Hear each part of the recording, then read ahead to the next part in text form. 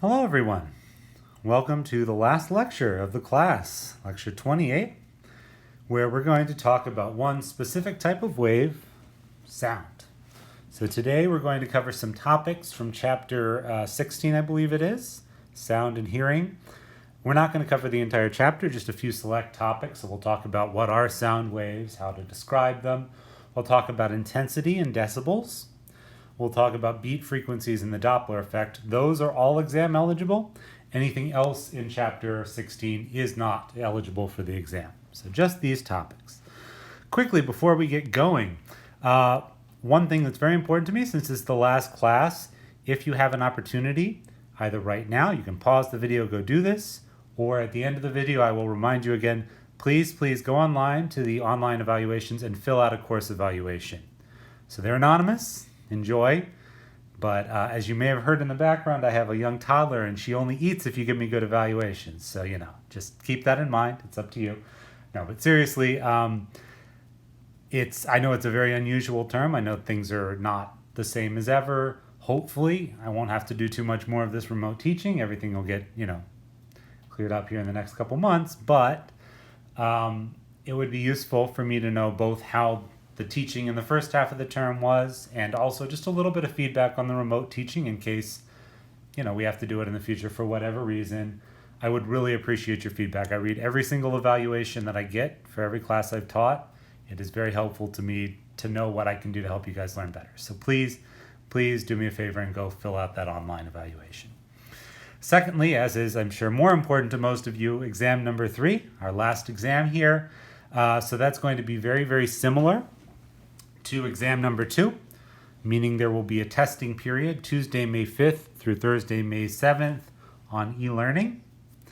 The format is going to be similar to exam number 2, though I put out this survey that hopefully you guys have already taken, asking whether you prefer a slightly similar length exam as exam 2 or a slightly longer one to give you a little bit more leeway to make mistakes. So I will announce the results of that pretty soon via e-learning, so keep an eye posted for that. Meanwhile, practice exams will be posted soon. I will announce that as well. And as a quick reminder, this I see as a mistake. I will fix this before I post it. Everything covered in lectures is fair game. So we have all the material from chapter 14 and 15, that's simple harmonic oscillator and waves. Chapter 16, the material from today, plus, of course, all of that rotational motion goodness that we covered a little while back. So all of this is eligible for exam number 3. And if you have any questions, just don't hesitate to email me. I will try to be as transparent as possible about what's covered. So we have 2 practice exams. There will be one, just a bunch of practice questions on mastering. There will also be a regular practice exam on e-learning so that you get some practice with the format. And finally, there is no homework 13 because that would be due during finals week. However, I prepared a few questions, homework type questions on the same material that we're covering this week. So that will be posted just like all the other homeworks. And if you want to get some practice on this material, that's going to be available as well. All right, so don't hesitate to email me if you have any questions on that. Meanwhile, let's get back to some physics. So today we are going to talk about sound waves. And the first most important thing I can say is that sound waves are just waves. They're just the same thing that you've already learned about. The difference is instead of being fluctuations of the positions on a string, they're fluctuations of pressure in either a material or the atmosphere. And the other thing that's slightly different than most of what we've talked about is that sound waves are longitudinal waves. So unlike waves on a string, where each particle moves up and down and the wave moves left and right, in a longitudinal wave, the particles themselves are going to jiggle back and forth, left and right, while the wave is going to move much faster. So the particles jiggle a little bit left and right, but the wave itself moves quite a large amount left and right. So this one is something that you may not be as comfortable with. I want to kind of quickly practice being a sound wave. So here we go. We're familiar with the wave from sporting events. We did this earlier. So imagine a wave is coming at a sporting event. What do? You're sitting in your seat. You jump up, you go back down. Jump up, go back down. That's the wave as it travels across. That was a transverse wave. The particles move up and down, the wave moves side to side. If you want to do a longitudinal wave, we have to all pretend to be cheerleaders. I guess they do this. So take your pom-pom, shake them like this, and when the wave comes along, you're just going to do that. You're going to go left to right. Okay? So if we had a whole class of people, it's a lot more fun. I'm sorry we can't do it this time. But again, imagine everybody's doing this, and as the wave comes past, everyone does that. All right? So it propagates. Again, just like a transverse wave, each particle is not moving very far. It's moving back and forth. I'm doing the hula. The wave continues moving in a direction. So it's still a disturbance on a background where the particles themselves just jiggle a little bit. They don't move that far, but the wave itself propagates. It carries energy at a finite velocity. So sound is actually a wave of this type. We don't usually see it, of course, because the atmosphere is invisible, but with some nice cameras, we can actually see sound. So I'm going to show you the sound of a clap. We're going to create and I don't mean some wave digital depiction of a clap. I mean something that is normally invisible. You're going to see the actual sound wave leaving his hands and traveling outward at 761 miles per hour, the speed of sound. Look right when those cans come into contact. You see those waves coming out? How is this possible? Coming off well, to the I'll start right the there? explanation not with sound, Those are sound but with waves heat from a generated lighter. There's a puff of butane, clap. sparks fly, You can and do the similar fuel things with lighters and similar. It's a fun video if you have a little bit of time. All right, so in order to describe that, we're just going to use the same math as before. The wave function y is equal to a cosine kx minus omega t. The only difference, earlier we were talking about particles on a string, and we said y was their vertical position. Now you should just think there's some equilibrium position for this pink particle. I've drawn it quite poorly. Let me try that again. Some equilibrium position for that point particle. And y is just how far off of equilibrium it moves. So each individual particle in the wave is going to jiggle a little bit back and forth in the x direction, and we'll call that jiggling y. There's actually an equivalent way of expressing this. It's just a little bit of math, but we're not going to go into that because we didn't talk much about pressure. You can also think of that as the pressure wiggling about some background values. So there's some overall average pressure, atmospheric pressure, and then there are just little jiggles above that, which again satisfy the wave equation, some amplitude cosine kx minus omega t. So if you're interested, that is talked about quite a bit in the book, but we didn't cover some of the background there, so we're not going to talk about it in this class. The important thing you need to know is that sound waves behave just like any other wave. There is some wave function, which is just amplitude cosine kx minus omega t plus some background value if I'm talking about pressure. And importantly, sound can actually move in anything, right? It moves in gas, of course, because that's what we have, but you can scream while you're underwater. It moves through liquid. It can move through solids. And the important property is that the speed of sound depends on the material. So just in the same way that the speed of sound in a string depended on the mass density and the tension, the speed of sound in a material is going to depend on the material properties. Its elasticity, its density, things like that. We're not going to learn the formula for that, though again, there's some of it treated in the book. The important thing for us is that it will simply depend on the material and on other properties like what's the temperature, what's the pressure, things like that. All right, so the equations of motion, because it's a wave, are actually completely the same as before. So for example, if I think of y as the position of a little particle on the wave, I get the same wave equation as before. If I think of pressure as some fluctuation over a background, I get the same equation with regards to pressure. And notice that if I add a constant to that pressure, it's not going to do anything to this differential equation because as soon as I take derivatives, that P0 is going to go away. So here, the velocity of the wave has a special name. Its special name is the speed of sound, right? Because this is the speed at which sound waves propagate. And once you do that, everything is basically the same as we've learned before. So all of our equations should basically behave the same for sound. Now there's one caveat to this which will come up a little bit in this lecture, is that unlike most of the waves we've talked about, sound is going to move in all three dimensions rather than just one dimension on a string. So for those of you who really love math, the actual general formula is basically a wave equation where I have the wave in the x plus the wave in the y plus the wave in the z. This thing right here is called the Laplacian. But okay, you definitely don't need to know that. So that's just a slightly more general formula. You definitely don't need to know this formula, but it will show up if you do go into more advanced classes on classical mechanics, okay? So this is how waves behave in three dimensions. Now, the key point is we can actually solve that equation. So before we knew that our wave equation was y is equal to a cosine kx minus omega t, or pressure is P0 plus amplitude cosine kx minus omega t.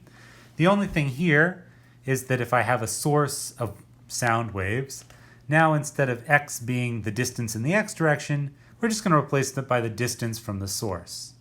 So now instead of propagating in one direction, which we would call x, these waves are going to propagate out in all directions, and we're going to be interested in their behavior at a distance r.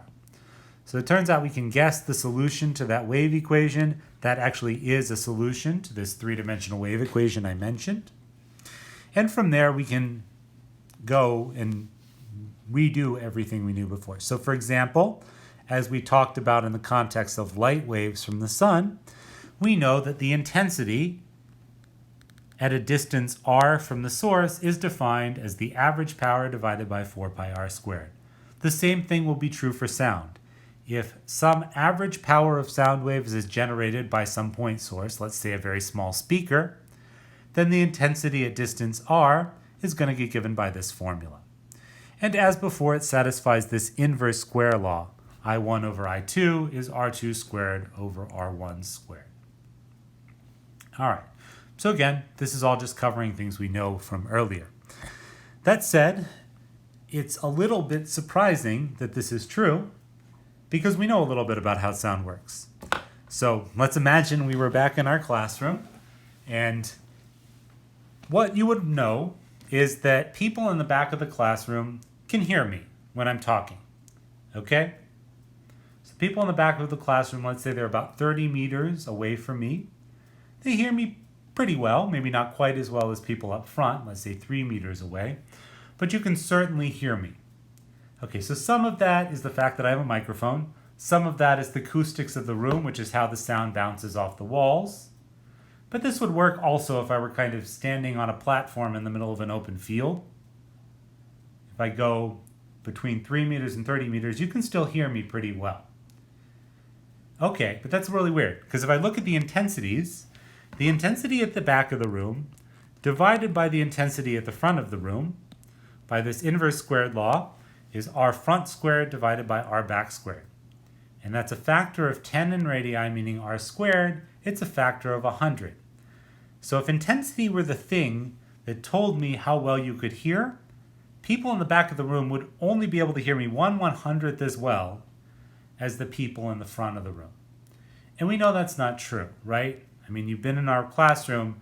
You're not having to strain your ears 100 times harder to hear me when you're in the back of the classroom. So the reason this actually works is a really cool fact of biology. Biology and evolution they don't behave the way we might expect them to from physics. So it turns out that the human brain has adapted to hear on what's called a logarithmic scale. A logarithmic scale means that instead of hearing the differences, the absolute differences, you're going to hear ratios. So we'll talk about what this means in a quick second. But a bit of terminology that you undoubtedly know but haven't put any math to is this is called the decibel scale. So when people talk about, an airplane is 100 decibels, what they're talking about is the intensity of sounds on this logarithmic scale.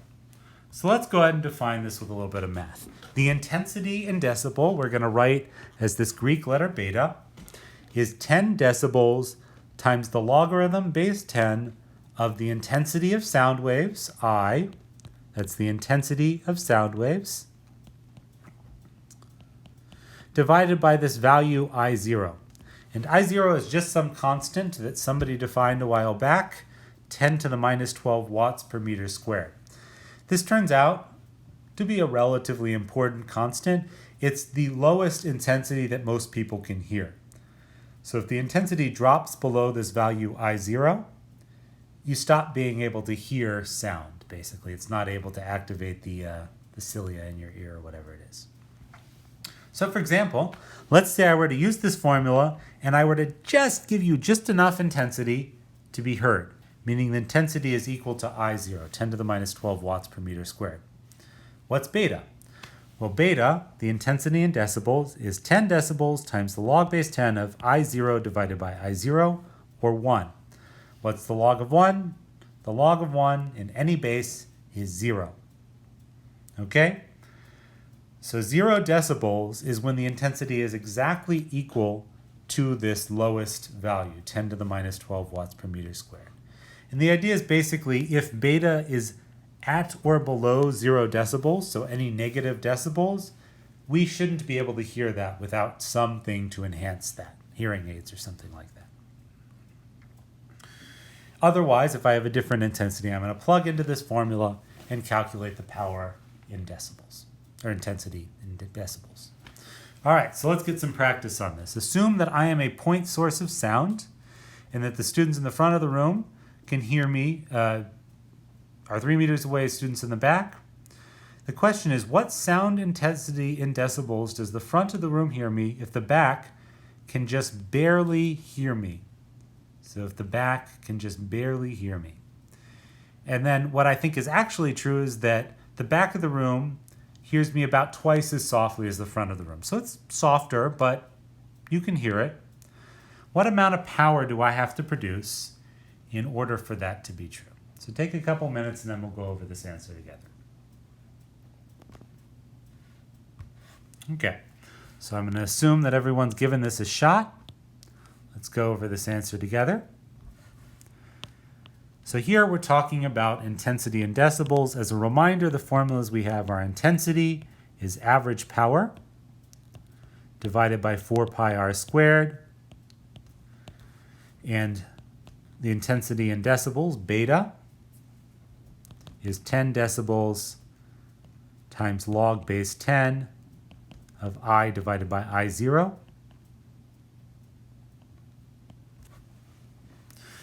Where I0 is 10 to the minus 12 watts per meter squared. R at the front of the room is 3 meters, and R at the back of the room is 30 meters. Okay, so part A asks, what is the intensity in decibels at the front of the room if the back of the room can just barely hear me? So what does that mean? That means that I back is equal to I0, right? So if the back can just barely hear me or just barely not hear me, then I'm at this threshold intensity I0. And what I'd want to do is I want to use this plus my R front and my R back to solve for I front. So there we're going to go ahead and use that inverse square law. Intensity at the front divided by intensity at the back is R back squared divided by R front squared. If I solve for this for I front is I back times R back squared divided by R front squared.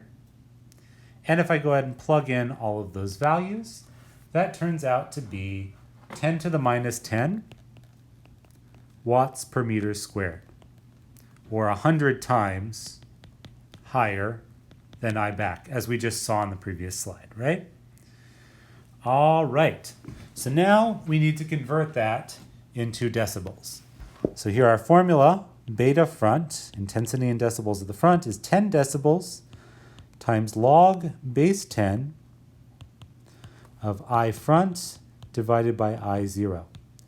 As we just said, since I back is equal to I0, this ratio here is 100. So I have 10 decibels times log base 10 of 100. plug that into your calculator, or you can realize that 10 squared is equal to 100, meaning that log base 10 of 100 is 2. In other words, the sound intensity at the front of the room, the sound level, is 20 decibels. All right, part B. What amount of power, at least sound power, do I have to produce in order for the back of the room to hear me twice as softly as the front of the room? So if I want to translate this into language, this is not asking for I back to be 1/2 of I front. That would mean that the intensity at the back is half of the intensity at the front. But we know that we don't hear intensities. We hear decibels. We are asking for the beta in the back, the decibels in the back, to be 1/2 the decibels in the front. So the people in the back hear me 1/2 times as well as the people up front. Okie dokie. So let's go ahead and plug in some formulas here. This is what we want to solve, and we want to solve this to get the amount of power that I produce. Okay? So we'll start actually by solving the intensity. Let's say intensity at, I don't know, what did I do in the notes? Front, I think.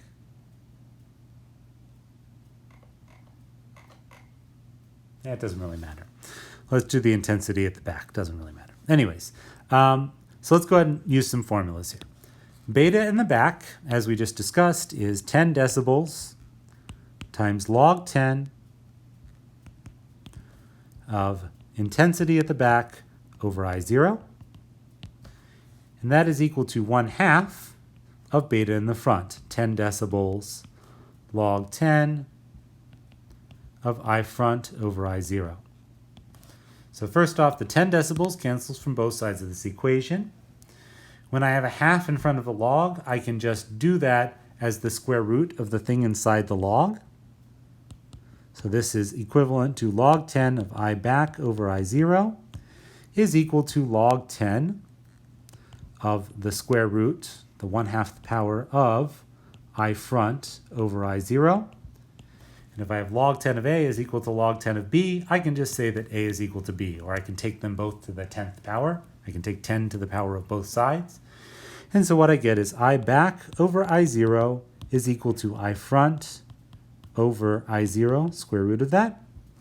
Square both sides, I back squared over I0 squared is equal to I front over I0. And let's go ahead and solve that for I front. I front is equal to I back squared divided by I0. So this is one equation. The second equation we actually already have. We have that I front is always 100 times I back. That just came from the ratio of the radii, which didn't change. So here's one equation relating I front and I back. The other one is that I front is 100 times larger than I back. So if I front is 100 I back, and then I can go ahead and plug this equation, it's I back squared over I0. I can cancel one I back from both sides of this equation. I can bring I0 over to the other side. What I get is I back is 100 times I0, or 10 to the minus 10 watts per meter squared. I could do a similar thing to solve for I front as 100 times I back, and that's 10 to the minus 8 watts per meter squared. So finally, we're basically solved the problem, but it does ask me what's the power that I have to emit. So that's pretty straightforward. The intensity is equal to the average power over 4 pi r squared. If I multiply both sides of that equation by 4 pi r squared, I get that the average power is 4 pi r back squared, intensity at the back. And if you plug in some numbers, this turns out to be 1.13 times 10 to the minus 6 watts. All right, so there are many things I can teach you in this class. I can teach you about sound, I can teach you about decibels, I can teach you about power. Part C is a mystery to me, and if you are able to answer this question, please send me the answer because I really want to know. So that's the amount of power to make it twice as soft in the front of the room as the back, as in the back of the room as the front. How much power is required to keep all the students awake? The world may never know. That joke lands so much better in person. Oh well, we move on. All right. So let's come back now to something else that we talked about in the last class, standing waves. So standing waves, as we learned on a string, are waves that are created by either fixing both ends or keeping one end free and fixing the other end, or keeping everything free. But anyways, basically confining the edge of a string and then shaking it until it hits a particular mode that is stable. So those were standing waves. It will not surprise you then that I can do the same thing with sound, because sound is just waves. And in fact, we know this because we were already talking about string instruments, wind instruments last time as exciting standing waves, and that's what's creating music. All right. So, coming back to this now, musical instruments operate by exciting standing waves. Sometimes we will call those resonances of the music of the instrument, because when you hit it right at the right frequency, when you've done everything right, it sounds good. If you don't believe me, watch a 5th grader try to learn violin. That is not hitting resonances, and it does not sound very good. But once you get good at it, you can hit the resonances, and it's going to excite a clean standing wave. So string instruments we saw are nice examples where we have a standing wave with both ends closed. Wind instruments operate directly with the pressure of the atmosphere. So there's no string there. It's the pressure of the atmosphere. It's sound waves that I'm exciting within the wind instruments. And the usual way that this would be done, for example, in a flute or a pipe organ, or a trumpet, trombone, any of those, is that both ends would be open. So the end you blow into, let's imagine this is like the mouthpiece of a flute, that's open because that's where I'm driving it. That's the antinode of my standing wave. The other end of the instrument, if this is a flute or, an artist's rendition of a trumpet, here you go. Let's say a bugle, because I can't really draw all that tubing. This end I'm going to blow into. And this end is open. It's the bell of the instrument. Again, it is open. There is no wall there. That is an antinode of the standing wave. So wind instruments and pipe organs are a good example where both ends are open. Now, since we are, vaguely in the South, there's another example that we can do, which is one end open, one end closed. That is milk jugs. Or, for those of you who maybe don't know bluegrass music as well, that's a Dr. Pepper bottle, right? I drink the Dr. Pepper, I blow across the top. I have a can here. Maybe I can see if I can do this. Yeah, I failed on that one. But when you blow across the bottle, one end is open. That's the end that you're blowing across. And the other end, the bottom of my Coke bottle, is closed. So that's a node of the sound wave. And what you're doing is you're trying to basically excite these standing waves when you're playing a musical instrument. All right. So let's again practice this. This is no different than what we talked about when we were talking about standing waves previously. The difference is now it's more natural to talk about these standing waves with open ends in the context of sound. So imagine I have a bass trombone, and what I can tell you, this is true, is that the lowest few notes that you can easily play are listed here. B flat 2, F3, B flat 3, and so on, along with their frequencies. So the first question is, what is the fundamental frequency of the bass trombone? Secondly, if the speed of sound is around 345 meters per second, what is the length of the bass trombone's tubing in order to produce this sound? So go ahead and take a couple seconds, give this a try, and then we will go over the answer together. All right. So again, physics-wise, this is no different than what you've learned, but it requires a little bit of deductive reasoning here. So let's go ahead and see if we can reason through what's going on here. So what we know is the trombone kind of looks like that trumpet I just drew, or that bugle I just drew. If you've ever played a trombone, it actually looks a little something like this. There's a slide that goes around, and then there's some tubes here that I'm not going to try to draw, and it comes out a bell. But the key things is there's an open end here, an antinode of the wave, and there's the bell, an open part of that, which therefore is also an antinode of the wave. And we can crudely approximate that as just a box of length L, which we don't know, with both ends open. So here both ends are open. We have an antinode here, we have an antinode there. And the question is, what sorts of waves can we put into that box? So we actually solved this last time, as you may remember. If I draw out the wave functions with an antinode at both ends, the n equals 1. The first harmonic looks like this. It has a maximum at one end, a minimum at the other end, and then oscillates back and forth like so. So that's my n equals 1 harmonic. N equals 2. Goes from maximum to maximum. Again, with both of my antinodes at the ends here, x equals 0 and x equals L, let's say. And so on. Right? So that was the problem we solved at the end of class last time. And what we saw is that the wavelengths, which you can easily pick out from diagrams like these, lambda n, are actually exactly the same as with two nodes. So exactly the same as would have been on your previous homework, 2L divided by n. Or the frequencies, F, were NV divided by 2L, where V now is the speed of sound. Right? It's the speed at which sound propagates when it moves in traveling waves. All right. So this is the equation we want to use. The frequency of resonances, Fn, is NV divided by 2L. And we don't know F1, the fundamental harmonic.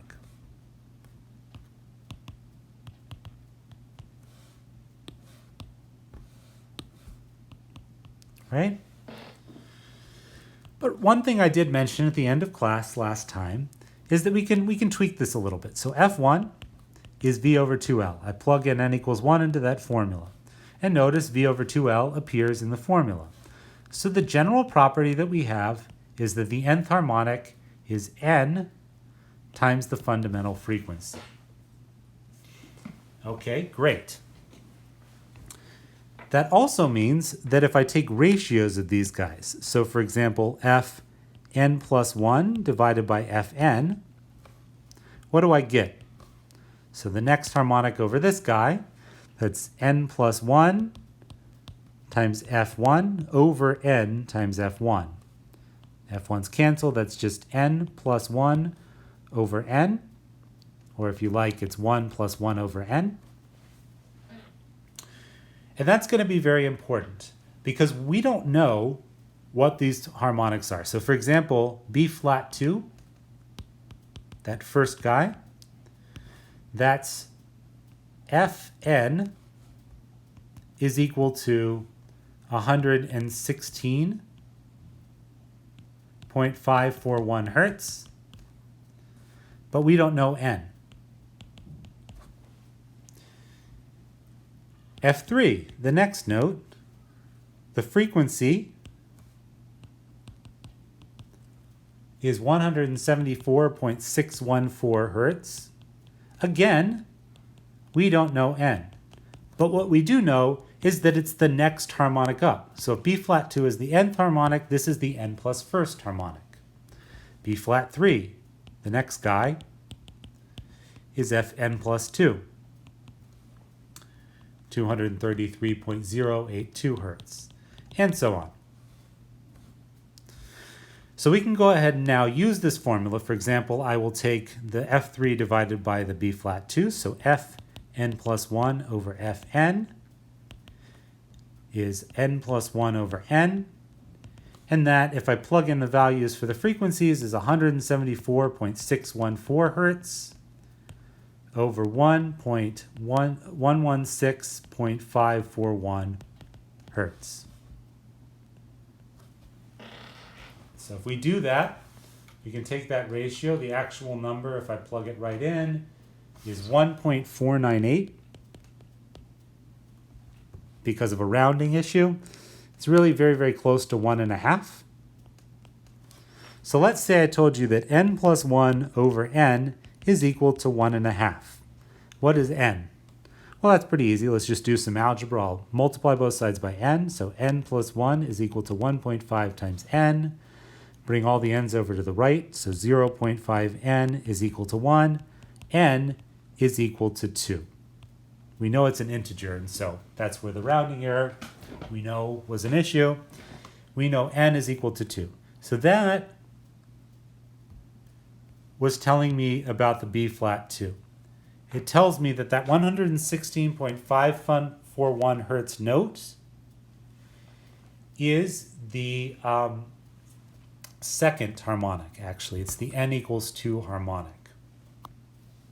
So F2 now we know is equal to 116.541 hertz. And you can go ahead and check other ratios as you go up the rest of those notes that I've given you. They all work out within rounding errors, basically. And now we're in a good spot because we know that's just twice F1 from the previous formula, which means F1 is 116.541 hertz over 2. And that is just 58.27 hertz. And fun fact, on a bass trombone, it's harder to do with a regular trombone, but on a bass trombone, you can actually hit that note if you try hard enough. It's a low B flat on a tuba. You can actually hit it on a bass trombone. So that is something that's possible. And we can figure out what is the right answer just from knowing the frequencies of the notes that are possible to hit. So these are actually accurate values I pulled off the internet. It's not made up. All right, second question. If the speed of sound is 345 meters per second, how long is the tubing on that bass trombone? So here, this is pretty easy. We have this formula, Fn is equal to Nv over 2L. And now all we have to do is solve for the length. So the length is Nv over 2F. In particular, if n is equal to 1, this is just v over 2f1. And if you plug in some values, that turns out to be 2.96 meters. For those of you who are familiar with brass instruments, you may know that you actually have to tune them every time before you play. Why is that? It's not that the length of the instrument changed. It's that the velocity of sound waves changed. So if I have sound in air, depending on whether a little cold, a little warm, environmental factors, it's a little humid, that velocity can change by 5 to 10%, maybe a little bit less than that. And so what you actually do when you're tuning up the instrument is you're changing the length of the instrument to try to match this frequency to where it should be. So that is how standing waves show up in musical instruments and sound. All right, so there are two other quick things we're going to talk about here. The first one is called beat frequency. So far we've talked about interference of waves. We know that if one of the waves has some wave function, let's say it's a cosine kx minus omega 1t, and if we have a second wave, which is, let's say, let's have it be the same amplitude times cosine of kx minus omega 2t, and I guess these would also generally be different wave vectors, I can put two speakers together, or I can put two waves together, and I can get a total wave, which is just y1 plus y2. So I add them up, I get my total wave function y. Now, let's imagine that I have, for example, two speakers producing these two waves. Let's say they're traveling in opposite directions. That won't matter, but I can do that. And I'm just going to sit right here at x equals 0, somewhere in the middle, and listen to them. What's the wave that I'm going to hear there? What's the pressure that I'm going to hear there? Well, that's just y at x equals 0, which is y1 plus y2 at x equals 0. That's a cosine omega 1t plus a cosine omega 2t. So my overall wave function is a cosine omega 1t plus a cosine omega 2t. All right, so that's the sound pressure that I hear at my ear. The question is, what does this actually look like? So we're going to do a little bit of algebra here. It's going to be quick. You don't need to know the algebra. You just need to know the result. But I'm going to go ahead and try to do it on this slide. So the first thing I'm going to say is omega 1t is the same as omega 1 plus omega t over 2 plus omega 1 minus omega 2 over 2. Notice this omega 2 over 2 would just cancel, and then I would get back the original thing I wrote. And similarly, omega 2 is omega 1 plus omega 2 over 2t minus omega 1 minus omega 2 over 2 times t. Now I'm going to use some trig identities. I'm going to write this as a times cosine cosine minus sine sine. That's this first guy. Plus cosine cosine plus sine sine. That's this second guy. Not particularly instructive or interesting, but we can go ahead and do that. And then we can notice that these sine terms cancel each other out. And these cosine terms are the same. So if I have two equal amplitude drives and I add them together, the result has the following form. 2a cosine omega 1 plus omega 2t over 2 times cosine omega 1 minus omega 2t over 2. So let's go ahead and take a look at what that looks like. Hopefully I have that on this slide here, otherwise I'll go ahead and dry it out. Yeah, there we go. So we'll look at this in a quick second. What I want you to notice is there are two things happening here. This guy right here is the average of the two frequencies. So let's imagine that omega 1 is pretty large, 500 hertz, and omega 2 is also pretty large and kind of close to that, 510 hertz. So omega 1 plus omega 2 over 2 is the average frequency. That would be 505 hertz. This second term that's multiplying it is the difference between the two, omega 1 minus omega 2. So it doesn't really matter the sign here because cosine is even. So that could be equivalently omega 2 minus omega 1. I take the difference and I divide by 2. This guy right here would be, this is 2 pi times 500, 500 radians per second. This is omegas, not frequencies. So this would be 10 radians per second. Over 2 is 5 radians per second. Sorry about that.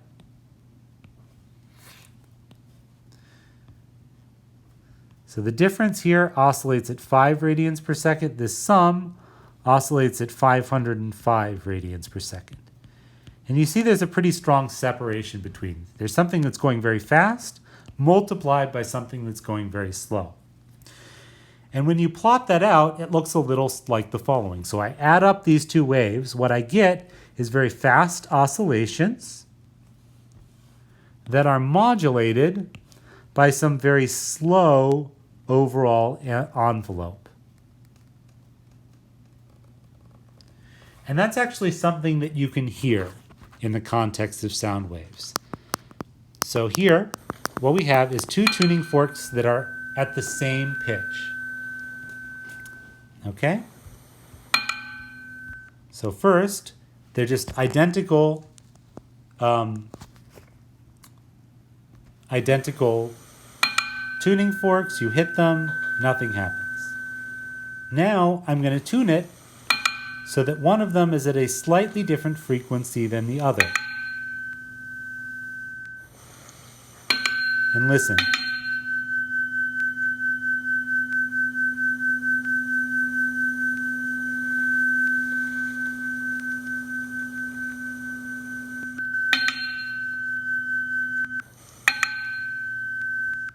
Let's listen again.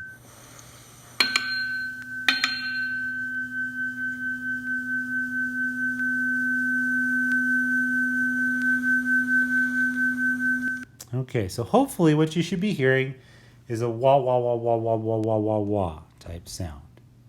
That is this overall modulation of the amplitude. That is known as the beat frequency, and that wah, wah, wah, wah, wah is known as beating between two waves. So when you're going to hear this is when the frequency difference, F1 minus F2, the absolute value, is much less than the average frequency. So for example, in that demo that we just gave, the average frequency was, I think, what did they have? 100 and something hertz, maybe 300 something hertz. The difference frequency was about 12 hertz, so much, much smaller than the average frequencies. And what you hear is oscillations, wah, wah, wah, wah, wah, that sounds like it's happening with a frequency magnitude of F1 minus F2. So the beat frequency is equal to the magnitude of F1 minus F2. Okay, so that's beating. Keep that in mind. We'll come back to that in a second. Another sound phenomena is known as the Doppler effect. So you've probably heard this. Let's go ahead and again see a quick example of this. So this is a car that's going to drive towards us while honking its horn. So it's going to drive towards us for a little bit, and then it's going to drive away. And I want you to hear what is the frequency, what is the pitch of that sound.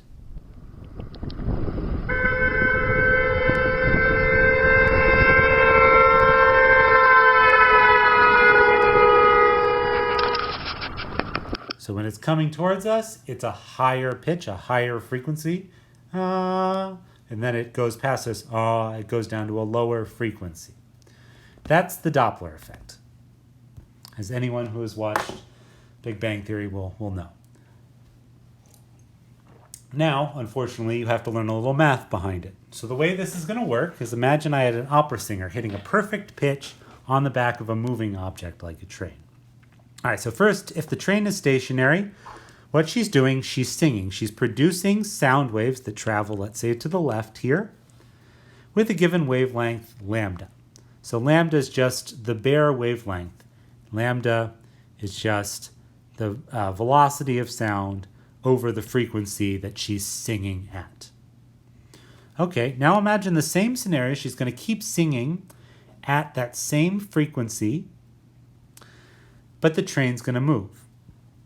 What you'll notice is that so she sings, she produces a peak, some amount of time goes on, and then eventually she comes back to the next peak. That amount of time is just the period, 1 over that frequency of the wave.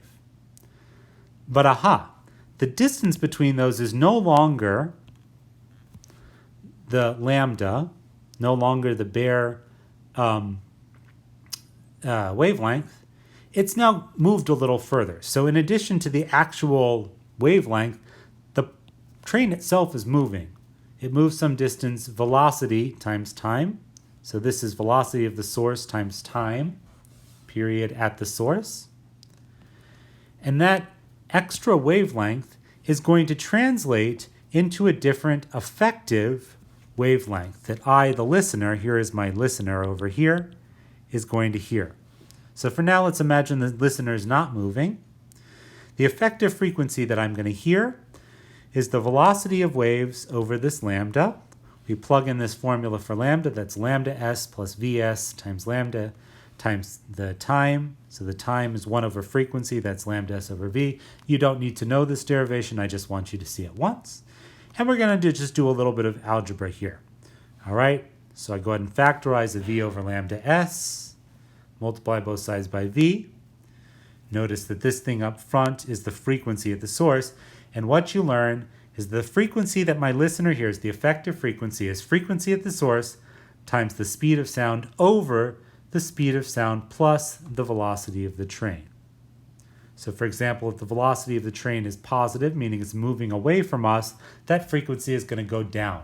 It's going to appear to sound lower than before. If it's moving towards us, that would be a negative velocity and the frequency would go higher. All right, so that's if the listener's not moving. If the listener is moving, it's very similar math. You just have to account for the fact that there's like a lambda that's heard by the listener. So I did that in the notes. I don't think it's particularly instructive to do that here. But the formula is in the book. The frequency that a listener hears is equal to the velocity of speed of sound plus the velocity of the listener over the velocity of sound plus the velocity of the source times the frequency of the source. That's the frequency that the singer is singing at. Okay, and the only really tricky thing to know about the Doppler effect is I need to know whether or not I should make this VL positive or negative and this VS positive or negative. So the rules are in this formula right here. You're welcome to just have this handy when you're doing the homework or the exams. But you can always logic it out by knowing that if we're moving closer to each other, towards each other, this frequency has to go up. If we're moving away from each other, the frequency has to go down. So you can always get the logic from that. But if in doubt, here's the formula, and we can just go ahead and plug into what we know. All right, so that brings us to our last example for this class. And ending on a high note, we're going to talk about the Titanic. So here we go. As the Titanic sinks, as famously told, the band is going to play something. I actually think they played happy music, but we're going to imagine that they're sad in this example. And Rose is watching Jack drown down at the bottom, sitting on a piece of driftwood in the water. And at this particular point in time, let's just say the speed and sound in air is 345 meters per second. So what I'd like you guys to try to do is to figure out if Rose hears the song 2% higher than it's being played, at what velocity or what rate is the ship sinking? And let's imagine that trombone player plays a low B flat, which we saw was 116 hertz. The sound is going to go down, bounce off the stationary water, and come back to that trombone player's ear.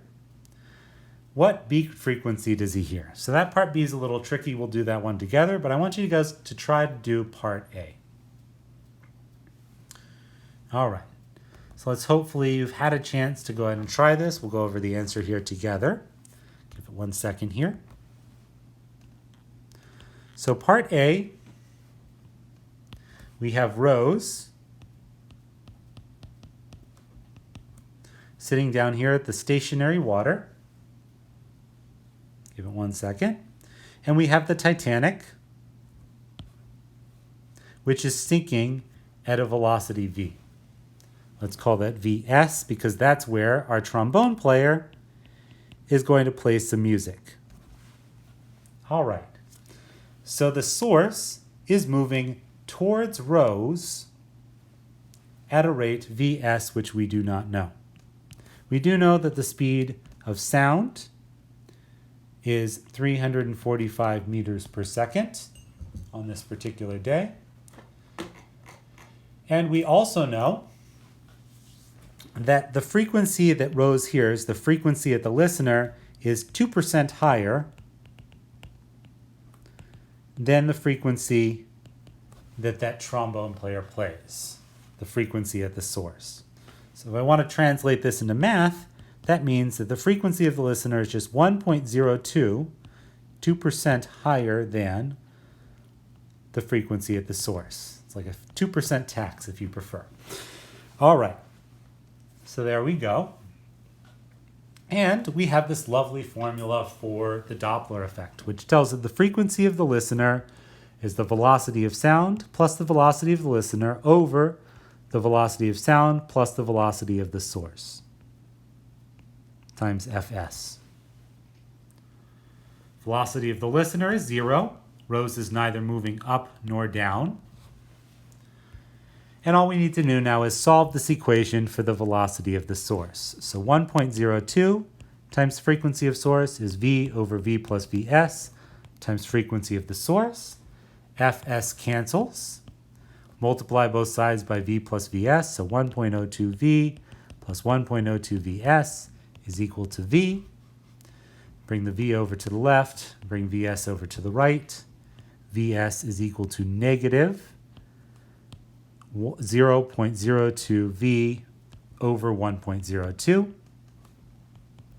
And when you plug in some numbers, what you get is that the velocity of the source is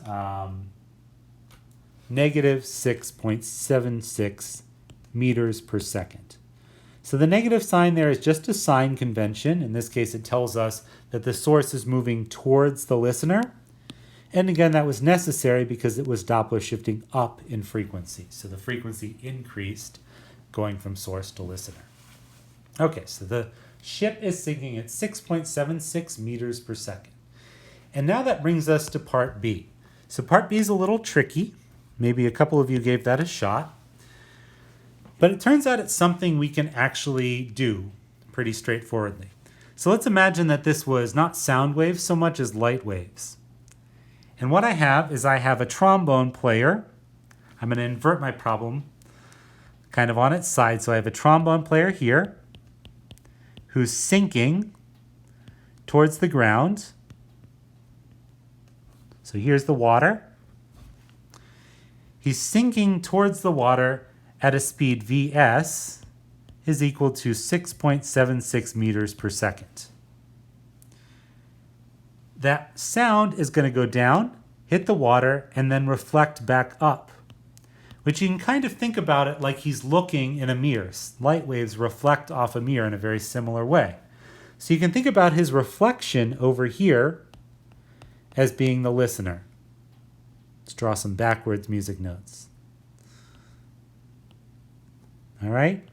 So the listener is his reflection, and the listener is moving towards him at 6.76 meters per second as well. All right? So it's kind of the same problem, just turned on its side. And so the first question is, what's the frequency that he's going to hear? The frequency of the listener. So that's V plus V listener over V plus V source times the frequency of the source. Frequency of the source is just is what's given to us in the problem, 116 hertz. Velocity of sound, we know. All we need to know is what is VL and VS and whether they're positive or negative. So VL, is it positive 6.76 meters per second or negative 6.76 meters per second? The answer is it's positive 6.76 meters per second. Why? Because they're moving towards each other. So the frequency needs to go up if I just consider the velocity of the listener. What about the velocity of the source? Is that positive 6.76 or negative 6.76? That is negative 6.76 meters per second, because notice it's in the denominator. So if I put in a negative value there, again, the frequency goes up, which is good because, again, the source is moving towards the listener. So these are the correct sign conventions. You can also, of course, just use the ones that are in the formula there. So when I plug these guys in, along with the velocity of sound that I already know, the frequency that I get at the listener is 121 hertz, which is good. It's higher than 116 hertz because it's Doppler shifted up. Now finally, if we come back to that beat frequency, the beat frequency between two waves is just the magnitude of the difference in their frequencies. Magnitude of frequency at the source minus the frequency of the listener. So the frequency of the sound he produces minus the frequency that he hears reflected off the water, which is 116 minus 121 hertz, or in other words, 5 hertz. So 5 times a second, it's going to wah, wah, wah, wah, wah, wah. And that, my friends, is all the material that I have to cover in this class. So quickly, very quickly, before I wrap up here, I just like to quickly say a little bit about where we've been. So this is as far as we're going to go. This is all that is exam eligible. If you like to tune me out, now would be the time. I want to quickly say a few words about where we've come from. So this was a slide that I told you on the first day of class. What are the big concepts in mechanics? And okay, so we've learned a lot of formulas, we've gone over a lot of examples, but I would argue to you that almost everything you've learned can be boiled down to this one slide. Statement 1, an object will move in a constant direction at a constant speed unless forces act on it. That is Newton's first law. Second, forces cause motion to change, which is called acceleration. That was Newton's second law. And so taken together, this was exam 1, along with kinematics, which is really just what's the math you need in order to describe this. The second big concept that I taught you is conservation laws. In the absence of friction, energy is conserved. So that was a big one. It allowed us to solve a lot of these Newton's laws problems much easier. Similarly, in the absence of external forces, momentum is conserved. That was really important because it allows us to solve collisions. And if you go on, these two, which were loosely speaking exam number 2, will play a much more major role in any future physics classes you've taken. And then finally, towards this end part of the course, exam number 3, we've talked about various ways that particles can oscillate. We've talked about how they can rotate, and the big conservation law there was conservation of angular momentum. And we've talked about how they can undergo periodic motion, wave equation, and today, sound wave. So all of this in the end boils down to just a lot of formulas derived from Newton's laws. F equals ma and the third law, equal and opposite reactions. And it's kind of cool in my mind. I mean, the reason I do enjoy physics is that really from these very simple principles, a lot of very interesting and complicated examples, including a number of them that you will eventually learn if you go on to interesting engineering classes, future physics classes, biology, chemistry, a lot of them boil down to these very simple physical principles, which I can summarize on this single slide.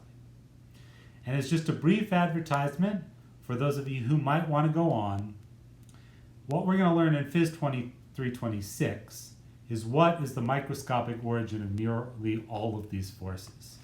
So everything except gravity that we've learned in this class will boil down to electromagnetism. And as a quick advertisement, this is what you will learn if you come to my 2326 class, is again in one slide how I can encompass the very, very complicated world of electromagnetism in terms of a few very simple principles. All right, so hopefully I will see a few of you there. Hopefully I will see a few of you there in person. My hope is we'll all be back to normal and happy and healthy very soon. So with that, let me thank you guys all for sticking it out to the bitter end. I hope I see many of you again on campus and hopefully even in PHYS 2326. As a quick reminder, please, if you have not already done so, go fill out those evaluations. Give me all the information you can about how things worked, because I do use those for the next class. It really is very important to me.